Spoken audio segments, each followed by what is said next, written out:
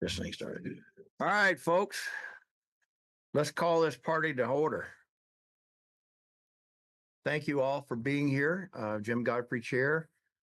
Thanks. We got a great attendance today, and I thank Cindy for coming in all the way from out east. And Tony, you're here. That's awesome. That's great. Glad to see everybody. Just teasing. So thanks again for all being here. So we do have a quorum, and all alternates can vote right now. So when we get to anything like that, then you're welcome to do that. Do I have a motion to approve the agenda as presented? David Z. I'll so move. Thank you, David. Second. Thank you very much. All right, all those in favor? Aye. Any opposed? Okay, all right, very good. Public comments for items not on the agenda. Larry? Larry Tobias, first vice chairman of the CAC. I'd just like to thank the CAC, including two individuals, Ed and Kathy, for nominating me last month. Even though I wasn't here, I was laying in a bed at St. Francis Hospital. I spent 9 days there. Not a lot of fun, but finally did get out of there. So I just want to thank the CAC for unanimously approving me as the first vice chairman again for this next year. Thank you. And we're glad you're doing well and are here. So been a rough couple of months. Yeah. All right. Any other public comments? Anybody from the audience? Not seeing any. Anybody online? Okay, great. Thank you. Item number 4, approval of minutes of January 2nd, 2025. I have a motion to approve the minutes. So moved. Barb. Okay, thanks, Barb. Second. Ed, second. All right, all those in favor say aye. Any Aye. opposed? I guess I should have asked, are there any corrections to the minutes? But okay, did. Financial reports. Lisa, welcome back. Hi, good to be back. Yeah, I bet. Hi, Lisa. Hey, so Lisa Corey, Finance Manager for the PPRTA. For the month of November, we received $12,601,705. That was above our monthly budget by $196,769, or 1.6%. When we look at this year compared to last year, we did collect less this year than we did last year by $157,974, or negative 1.2%. Looks like from the actual versus the budget and comparing it to the 24 budget, we'll make that 150 this year, barely. Yeah. Reading that, looks like some of the car sales have gone up. Some more building permits have been issued. So here lately. So hopefully when we collect that December stuff, we'll collect some of that back and hopefully make that 150 mark. So. Yep. Yep. Good. Great. Thanks, Lisa. Yep. Any questions for Lisa? Any questions on the financial report at all? Okay. Very good. Thank you. Oh, thanks. Anybody say something? No. Okay. All right. Item number 6, capital maintenance and public transportation contracts. We've had a couple of additions to this. Rick gave you a handout, so we'll refer to that handout. Gail? Yeah, thank you, Gail Sturdivant of the City of Colorado Springs. So as Mr. Godfrey mentioned, there should be 8 contracts, and if you don't have a copy of them, I can grab one from the back table. And I do appreciate you working with us on a couple of these last minute items, because we have some sensitive property acquisition items that we need to get through. So I'll hit those in more detail here in just a moment. The city's first contract is for the Mark Shuffle Road improvements. This is a PPRTA 3 project. There is a A-list project. There is a map showing this particular property acquisition. It is for SSS Education Corp.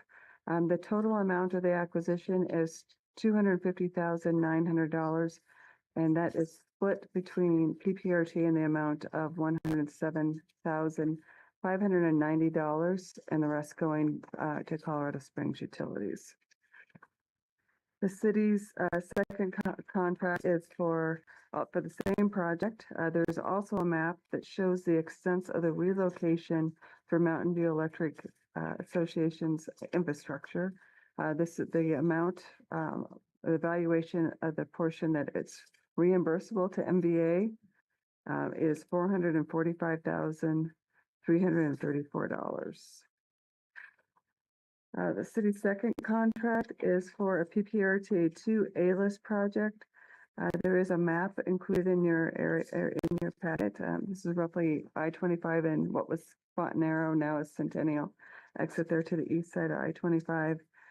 As part of those bridge replacement projects, we have to have Lumen come in and do actually some quite an extensive field work for location, determining the slack, and maybe even doing some relocations where they're in there. We brought this item in July of 2024, and we thought the estimate at the time was 110,000. As they're getting closer to come through and do it, they provided updated estimates for closer to 150,000. And we're actually concerned from talking with them that we may need to have some contingency to play for that. So we're asking for the PPRTA CAC board to approve a not to exceed value of up to 200,000. Knowing that we would pay what the actual cost is, whether it's below any of these estimates or not. We just want to make sure we're clear to go ahead and proceed with that activity for that project. Gail, can I ask a question about that project? In the opening part of it, that UPPR, or UPR, in their study, you stated that it's built in 63 and they've noticed some cracks and fractures and this kind of stuff. Do the railroads have any investment in this bridge at all? Or is this all upon the city? And if it's all the city, why doesn't the railroad have some investment in it? Okay, so the city, My guess is I get asked this question, I think every time I bring a railroad bridge, so I've got the same. my guess is we built the underpass under We it, so did, therefore so we're responsible. remember the railroad has the senior rights. They were there before Fontanero Street, or now Centennial, went underneath the railroads. So that bridge was put there for the benefit of the city. Yeah. In this particular case, they do not have a financial stake in the replacement of this bridge Okay. or the siding bridge that is next to it. I thought I'd ask the question. I thought I knew Nope, the answer. It comes up every once in a while, but it's a good reminder because that does make sense. Well, why would we take on so I'm going to move on to contract 4. This is establishing a contract with the city with AM Signal LLC, and we're piggybacking on a contract that's gone through an RFP process run by CDOT to basically get the best pricing available for traffic signal components. We'll use this contract for capital projects, maintenance projects as needed to be able to support our traffic signal systems. And it does save us about 22%. Is kind of the average that we see across the board, as opposed to us going and doing a smaller bulk purchase. Contract 5 is an on-call concrete contract, or a task order underneath an on-call concrete contract with ISC Colorado.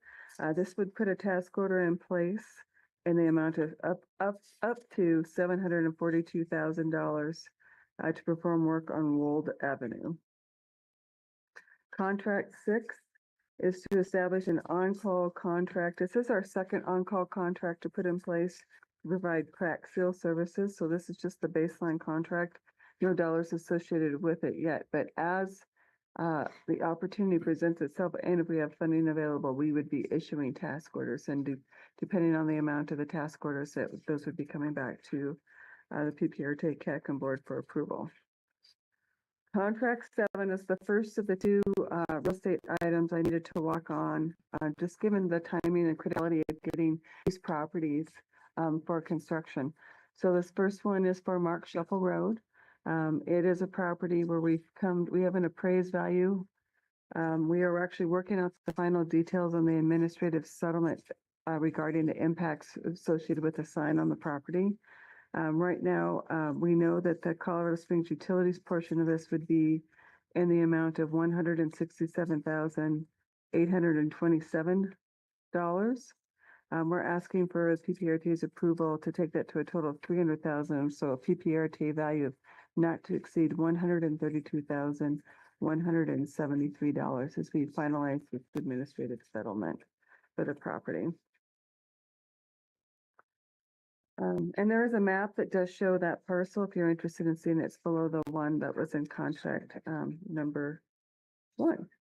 And the last one, this is for the Excuse Peterson. me, Gail, Yes, do you need that big of a parcel? yes, we do. So not only do we have impacts adjacent to Mark Shuffle, in this case, we are also realigning Tamlin. So Tamlin now comes at an angle down. We're going to be realigning Tamlin, and so this will be bisecting that property more towards its southern boundary. So we're taking quite a bit of property on the west side and on the south side. So it was really more advantageous for us to do an entire purchase at this point. So Tamlin, instead of being at an angle at Mark Shuffle, you're looking at a T intersection. It will be a which T intersection. yeah, which would be Originally, a when the lot better. county did the initial design work back in the early 2010s, between 10 and 14, that was going to be closed off. There was just been enough compelling reasons to keep that connected. But in doing so, we want to make sure that was a safe intersection. So it will be realigning Tamlin. That's a All right, busy thank you. intersection in the middle of the. It really has turned out to be I don't think that was envisioned some years ago, but we see it now. The city's contract number 8 is for, it's the Peterson Space Force Base Northgate Access and Safety Improvements Project. I know I've put a lot of the history about this project in the memo for you, but this is one that's been a collaborative effort with the county and with CDOT, in addition to PPACG and the Joint Land Use Committee, to provide improvements to support our military bases. We have been successful in getting 3 buckets of grant funding for this project. And we've also been using the city's intersection improvements traffic safety program for this. So we're near the end stages. We need to get this to construction very quickly to be in compliance with our grant. Again, we have come to an agreement on the pricing for the property. We're finishing the administrative settlement, also associated with the sign. With this property, or both these properties, I'm hoping to have the exact final number by next week. We're just in those final details, but I'm asking for the PPRTA's consideration and approval to proceed with a not to exceed value of $170,000. Gail, isn't there a hotel right there on that corner There is. This is actually for the gas station. for the gas station piece Yeah. next to it? Okay. Yeah. All right, thank you. I was confused which, Yeah, the hotel's on the north side in that area, but on the east. right, okay. Thank you. And those are our contracts. I'm happy to answer any questions, and I thank you for your consideration for approval. Any questions, further questions for Gail?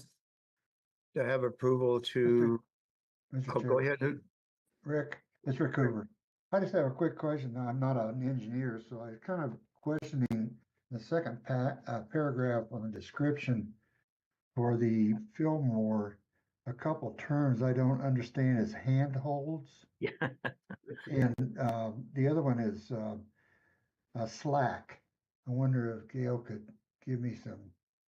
All right, let Application me of- see if I can make this. So a handhole is a telecommunications term for basically a small manhole where they would do splicing or connections, and they can vary in size to be very small to like the same size of like an irrigation control box to something much larger, depending on what the connections need to be in that area. So you Does stick that- your hand down in there and grab a handful of wires. Yeah, pretty much. No, There you go. All right.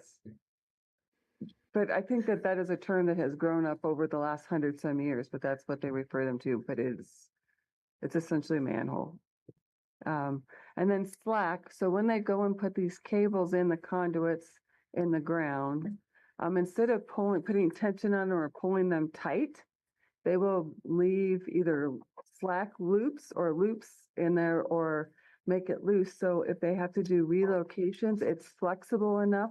They can pull that slack or that extra cabling into a different position. Does that make sense, Rick? Does that answer your question? Yes, it certainly does. Thank you. Or in my case, when you're putting in a construction project and you pull the fiber line between Pueblo and Denver, you need that slack to reattach it. So there's another reason for it. Yeah, when I was a cable splicer for the phone company years ago, you always made sure that you had slack in the manhole. So, yeah. Got it. Any other questions? Oh, Dave? Just one question, Mr. Chair. A question about the Peterson Space Force Base property acquisition.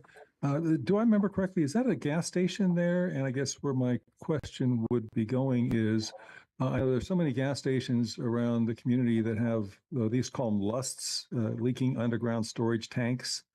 Are we taking on a liability because of potential underground storage tank situation? Those things tend to never go away. And I know can create very serious problems, especially in the vicinity. I know Schlage Lock and the Peterson Space Force Base fire simulator have both had very significant plume issues. I don't want to see us necessarily getting into an underground plume issue that gets this one confused with the Schlage Lock or the, they call ARF firefighting plume problems. Yeah. So I will do my best to answer your question, Dave. I may not have the specific details, but I do know with this particular project, we've gone through a full NEPA evaluation. Okay. And that was one of the things, the hazard material investigation was done. I did not personally go and read that, but I would anticipate, since we're receiving our NEPA clearance, that that was not something that was uncovered in this. Someone area. did environmental clearance Yes, of we the site. absolutely did. That's all I need to know. Thank you. All right, any other questions for Gales on the city's construction projects? Do I have a motion to approve the request as presented? So moved. David, thank you. Second. Seconded, Richard. All right, thank you, Richard. Appreciate it. Next time, Tony. All those in favor, say aye. Aye. Any opposed? Great, thank you very much. Member governments, other reports, City Colorado Springs Transit. Hello, Lan. Good afternoon, Line Rail Transit Division Manager. In your packet is our regular monthly transit report. In this report, we were able to include the ridership information for the full year of 2024. If you recall, we were able to offer 2 months of zero fare in 2024, which is 1 month less compared to 2023. And we were able to wrap up this whole year 2024 with 0.6% higher ridership compared to 2023, even if we offered 1 less month of free fare. So we were pretty happy to see this information. ADA paratransit side, our boardings were 4.1% higher than that in 2023. So we were happy to see the growth in the ridership. In your transit highlights section in this report, the first item we included was the cold weather emergency transportation effort that we made. We participated along with the Office of Emergency Management of Pikes Peak region, along with other transit providers. So we were able to transport a few stranded individuals in extreme cold weather to 3 different locations, and we were happy to be part of that effort. Lan, may I ask a question about that? One, thank you for doing that and being part of that. But with those severe temps drops and all the people that are unhoused or whatever the proper politically correct term is now, but how do they identify those and how do those people ask for help? Or do they don't ask and somebody just says, do you need it? There is a pretty huge effort led by Pikes Peak Regional Office of Emergency Management. There are, I don't remember, 50 plus participants calling in. So we started that phone call for that one weekend. It was a long weekend, but we had regular phone calls from, I think, Thursday, Friday, Saturday, Sunday, Monday, all the way through, which included not only City of Colorado Springs, Police Department, Fire Department, Silver Key, Invada, MMT. It also included regional providers from the county, from actually broader area. It's all the way, I think, up to Monument. So we have OEM is the coordinator, coordinating agency in this effort, and they work with, for the city, the hub team, and they figure out the housing is also part of that.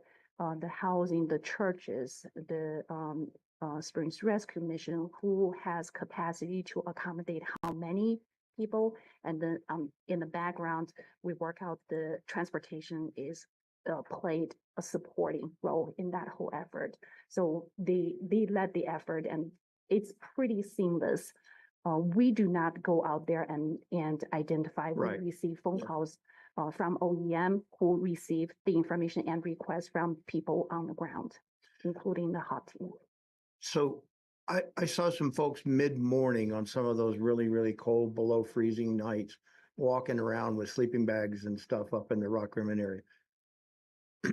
So who would one call if you were concerned that someone wasn't taking advantage of or didn't know about? Would you call OEM? There is a phone number I can share with you, or I can send it to maybe Rick. And yeah, that is one of the questions in that coordination effort. Okay, what is the phone number? Who is leading? Because you don't want miss anyone, and you also don't want confuse people who need help. Like, when do we reach out to Right. you? Yeah, there is one number that you can. I'd hate to see somebody suffer from ignorance, you know, if we can help them in some way, protect them. So, okay, thank you. Welcome. The second item we included in transit highlights section is the on-time performance. There were some questions raised by the CAC last month in terms of what's standard deviation, or how much can I count on that vehicle? So we interpreted that question as, how do we measure a reliable service and how reliable our service is? So we went into our on-time performance along with some other factors, looked into the contract, and this is the information that we included in this month's report. Industry standard, we consider 0 to 5 as on time, meaning the bus should not leave a time point at a scheduled stop before the scheduled time, and a bus should not leave after 5 minutes late from that stop. The reason being that 5 minutes is there is traffic. Buses are driving as part of the traffic. So you do want to give drivers some flexibility in terms of, okay, if they're running slightly behind here, they can catch up. And also if they're a little early, they have that flexibility to slow down. So that's the reason for that industry standard. And in our contract, we require the contractors to be 90% of meeting that standard. We looked at our information for last year. In 2024, our on-time average, it was 82%, which is below our contractual requirement. There are a few reasons. I think we shared some with the CAC in the past, between vehicle shortage to driver shortage and some challenges. And also, by using those smaller vehicles, they were not designed for fixed route service. They do not have all the equipment inside the bus in terms of real-time information, capturing that information. So the information we included in the report is the best that we have, but is it 100% accurate? It's not, because of those limitations. And also in Colorado Springs, we do use cellular service for that technology to capture the on-time information. And there are dead spots throughout the city that we struggle with that cellular reception. So this is the information we have. And that's part of some of the inherited limitations of the system. We listed each fixed route. You can see the bar chart. The bar basically shows the on-time performance for that specific service. And you will be able to see the average percentage is 82%, which also you will see the standard deviation there. Some of the takeaways from this information is there's more that we need to do. There's no question. Even at 90% of the time, I actually talked to a frustrated passenger Friday afternoon that she missed her bus, late for work. And the on-time performance on her specific route was actually 86%. which was not bad when you look at the system average. However, if you happen to be the passenger who lives in that 14%, it's extremely frustrating. We need reliable service, and that is what we have been working on from both contractor hiring driver side to maintaining vehicle side. Also, the buses travel in traffic. If there's a detour, there's an accident, there's construction, the bus is just in traffic traveling with the rest of the cars. Route 24 is the lowest in our entire system for 2024, and majority of some of the galley construction did affect. And sometimes it's not necessarily this bus on this street, on this road that's being affected. One example is South Academy and Hancock intersection. It's not just Route 27 traveling on Academy. It's the buses that drive through that intersection, including the one going to the airport, Route 22, 35. So again, buses are part of the road system, the transportation system. So these are just some highlights that we included in the report. There's more work to be done. That reliability, service reliability is absolutely number one goal for our agency. So as an analyst, I found this good. I think it's a good piece of information that you're taking the time to dig in and look at this. So the question is, like on Route 36, 40, 18, 24, those ones that are in the lower end of the scale. So you mentioned one of them, like the construction on Galley, probably delayed and on a reoccurring basis on that. But do you take a look at when you're analyzing something that is perpetually below the line, do you take a look at the routing, and do we need to change that route off of street A to street B or whatever as part of your analysis? I know you can't do that overnight. It takes time to do that and educate the people and everything. And there's money in moving bus stops and all. I get all that. But that's part of the analysis is, could we find a better route given the growth in this community and the traffic buildup? I mean, that's part of what you do? Yes, we do. Great. All right, good. Thank you. Yeah, thank you very much for Carlos Pettis with the Colorado Springs CTAB. Yeah, thank you very much for this. I had asked, if we can do a little bit deeper dive in the data, and I think probably what I might do is follow with some maybe email detailed questions, because this is. But again, I was trying to answer the question about, as you know, the transfers. Those are the ones that are the sticky points in our system. We have a hub and spoke system, and if you miss your transfer, you're going to miss your work, and that happens with me. And when I was looking at the data, I really didn't answer those specific questions. The on-time performance, for example, like the early departure, there's on-time performance was either you're late by 5 minutes or you leave too early.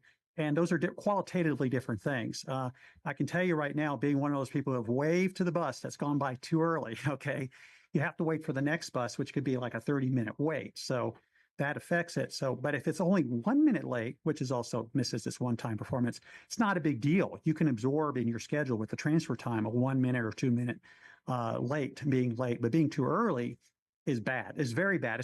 So what it is that what you did is you actually conflated two different on-time performance, early departure, late departure, and those are qualitatively different things. So I would actually ask that those be analyzed in a different way, because they have different effects, especially when it comes to how long you're going to be waiting at a bus. And sometimes those drivers, they got to try to catch up, and they may leave a bus stop too early and you miss it, and then you have to wait for the next one. And that's actually pretty bad.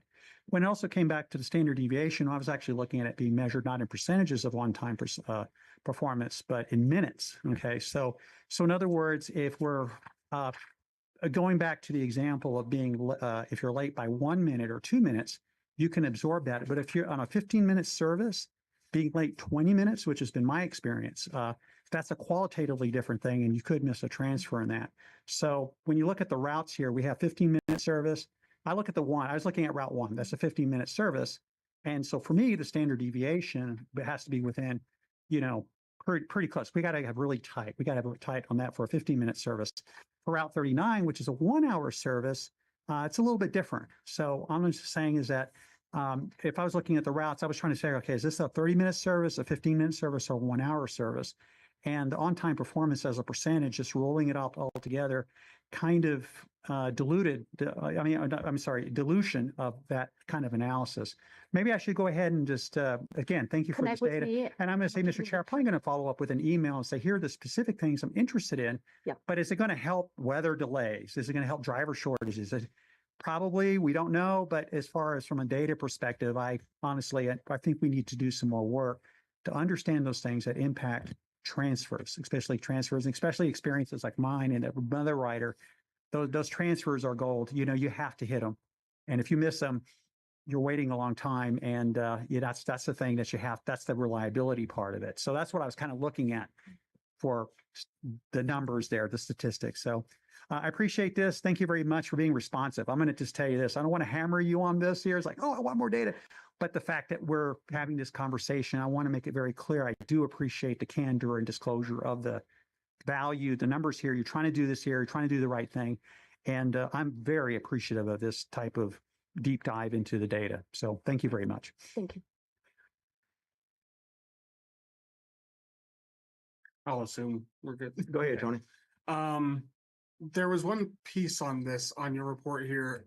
Sorry, one piece on your report here for liquidated damages for on-time performance. Of course, that's only when it's the provider's fault. I get that, but the contractor's fault. What types of incidents are falling under contractor fault versus not? I think actually Carlos mentioned that earlier. If it's weather, there's a accident, basically anything beyond the contractor's control, would not be Right. their fault. That's There a little are- more obvious, but what is Exactly. Within their control, that's what we really are targeting on here is, for example, if I showed up late to work, or okay? again, it's if the bus is late because of traffic, I understand, but there is no reason for you to leave early, which has Okay. a bigger and worse impact Right. to a passenger riding that bus. Okay. It- So Yes, so So- those are the things that we include as really preventable, and that's sure. your fault. Let's work on that. That's why you will see a slight delay in the chart. Yes, there's liquidated damage that we exercised in this month's contract invoice. However, because it's contractual requirement, it might involve training, it might involve conversations with the operator, there might be communication breakdown, there might be, okay, I couldn't find the bus and what happened. So there could be a delayed catch up when you see that effect of the LD that's being exercised to the improvement. Okay. And so we are, though, actually figuring that early departure in on that. So they should be incentivized to stop doing that. Okay. Any other questions for Lan? Great report, Lan. Lots of good data. And thank you and your Thank you. staff for doing that work. That's very helpful. Thank you. Thank you. We do have something that Rick is gonna share. We are planning an event. This is a little late information after the report was submitted. We're working with CDOT on a joint open house at downtown terminal, which is scheduled for Wednesday, a week from today, depending on weather. We are trying to provide more opportunities to talk to our passengers, gather feedback, and answer questions. I'm sorry, can I follow up real quick here? I assume this is in the contract with the provider, then I assume on how liquidated damages will be calculated. I was just saying here, you know, like a few of those months, like it's $1,000, maybe $2,000 of liquidated damages. I said that they're incentivized to, you know, get their people to not leave early and such, but are they? Is this a big enough number to actually incentivize them? And is that something that can be next time we have to renew the contract, renegotiate saying, hey, we're going to ding you a little more if this continues? This is one of the LDs that we exercise that we include in the contract. We do monitor, okay, is this effective? And we do have normally a 5-year time frame for a contract. If we, of course, it's a constant learning experience. If we see this one measure is probably more effective than the other one, yes, we do incorporate into our next round. Thank you. All right, thanks, Lan. Appreciate it very much. Good report. Thanks. All right. Item 7B, Colorado Springs monthly change order and property acquisition report. It's an information item. It's in your packet. Any questions for the city on that? Not seeing anyone online or in the room. 7C, City of Colorado Springs Powers North reimbursement update. Yeah, Mr. Chair, in keeping with informing the PPRTA CAC board about expenses that have incurred for the construction of Powers Boulevard, we're providing an update here in your packet today. In the last round of invoices, there was just over $2.4 million of additional costs incurred, and all of that is attributed towards PPRTA. So the PPRTA total now is just under 16 million with 1.175 with Colorado Springs Utilities. And we'll continue to provide updates as we get additional information. Any questions for that item? When do you anticipate that, or will this reimbursement continue, or will we be direct funding at some point? Yeah, so right now it's anticipated that the reimbursement would continue through the entire 10-year authorization under PPRTA 3. We did a reimbursement agreement it was a 4-party reimbursement agreement with the city, El Paso County, PPRTA, and the Copper Ridge Metro District for a minimum of $103 million over that 10-year period and up to a potential of $140 million in that. The city will have some other costs associated with that, but most of the funding will be run through Copper Ridge Metro District. Okay, thank you. Any other questions for Gail on the North Powers reimbursement? Not seeing any online or in the room. Maintenance of effort reports. Rick, you want to kick that off? Yes, sir. Thank you, Mr. Chair. As the CAC recalls, the establishing IGA provides for a maintenance of effort provision. All the staff representatives of the member governments were contacted in December to remind them that their annual maintenance of effort reports were due very soon. We've received those. According to the numbers they submitted, they all are in excess of the board revised base year of 2017. So they're all for the CAC's review. And if you have any questions, we'd have to, on any of the 6, we'd have to direct those to the member government staff. Any questions on the maintenance of effort? For the newer members who missed the excitement of going through the update from 2004 to 2017, you didn't miss much, other than a lot of back and forth. So anyway, any questions? No questions? All right, awesome. Good job, everybody. Thanks for doing what you're supposed to be doing. So We do need a motion, please.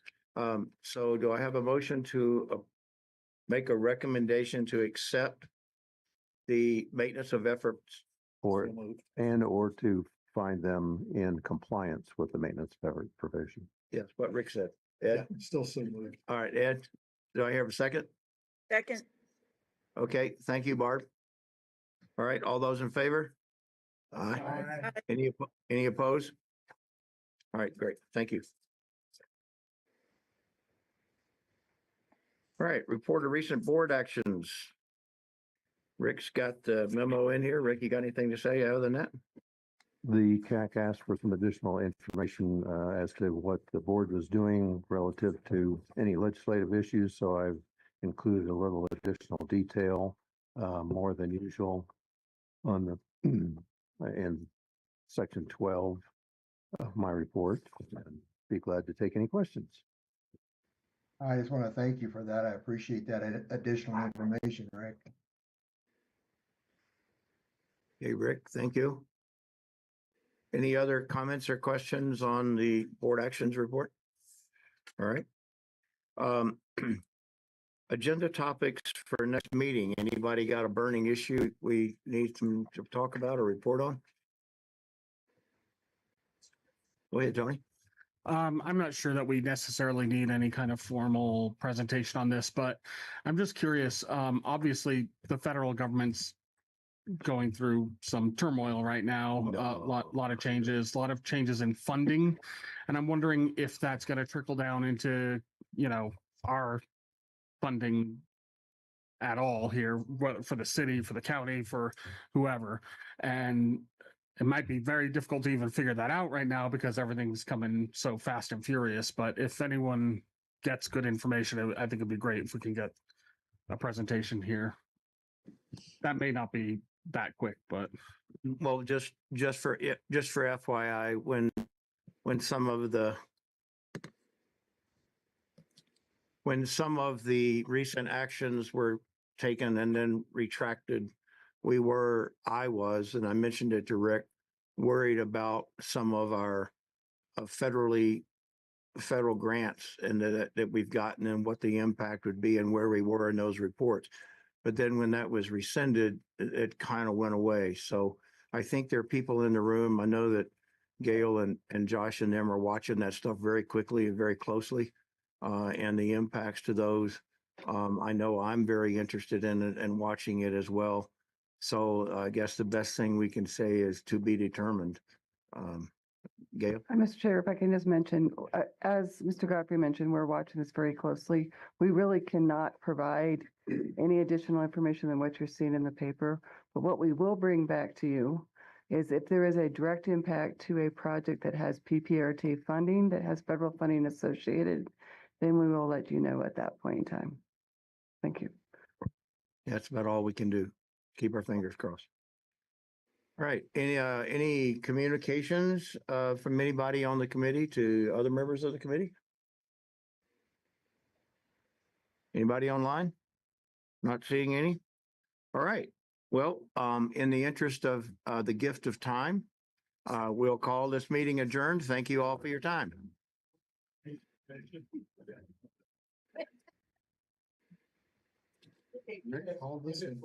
What did I miss something?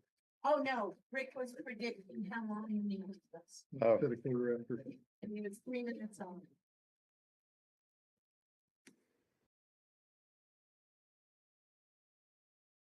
Yeah, that's not your schedule. Nice job. Yeah,